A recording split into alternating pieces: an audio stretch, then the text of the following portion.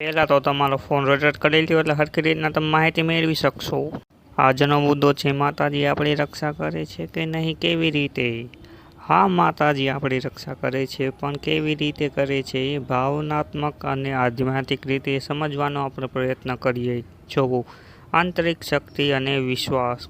માતાજી પર શ્રદ્ધા રાખવાથી આપણું મન મજબૂત બને છે અને કોઈ પણ મુશ્કેલીઓનો સામનો કરવાની શક્તિ મળે છે. બીજું, સંકટ સમય આપે છે. જ્યારે આપણે ખોટા માર્ગે જઈ રહ્યા હોય અથવા કોઈ મુશ્કેલીમાં હોય ત્યારે માતાજી કોઈ સંકેત દ્વારા આપણું માર્ગદર્શન કરે છે. ક્યારેક સપનામાં પણ માર્ગદર્શન કરે છે.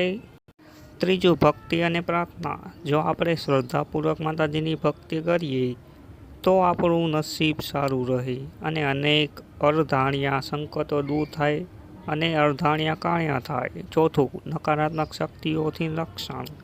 દેવી શક્તિઓ, દુષ્શક્તિઓ અને નકારાત્મક શક્તિઓ જે હોય, દુષ્શક્તિઓ, તે દેવી તેનો નિકાલ કરી અથવા આપણું જીવનથી એને આઘાત રાખે. પાંચમું, જ્ઞાન અને સમર્થન.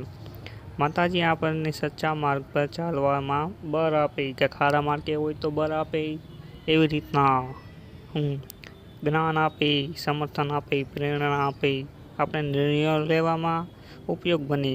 આ બધું આંતરરાષ્ટ્રીય વિશ્વાસ, भक्ति અને आत्मिक द्वारा अनुभव सकाय। तो मिलते हैं नेक्स्ट वीडियो में। आपको किस टॉपिक वीडियो चाहिए, चैनल को लाइक शेयर सब्सक्राइब कीजिए।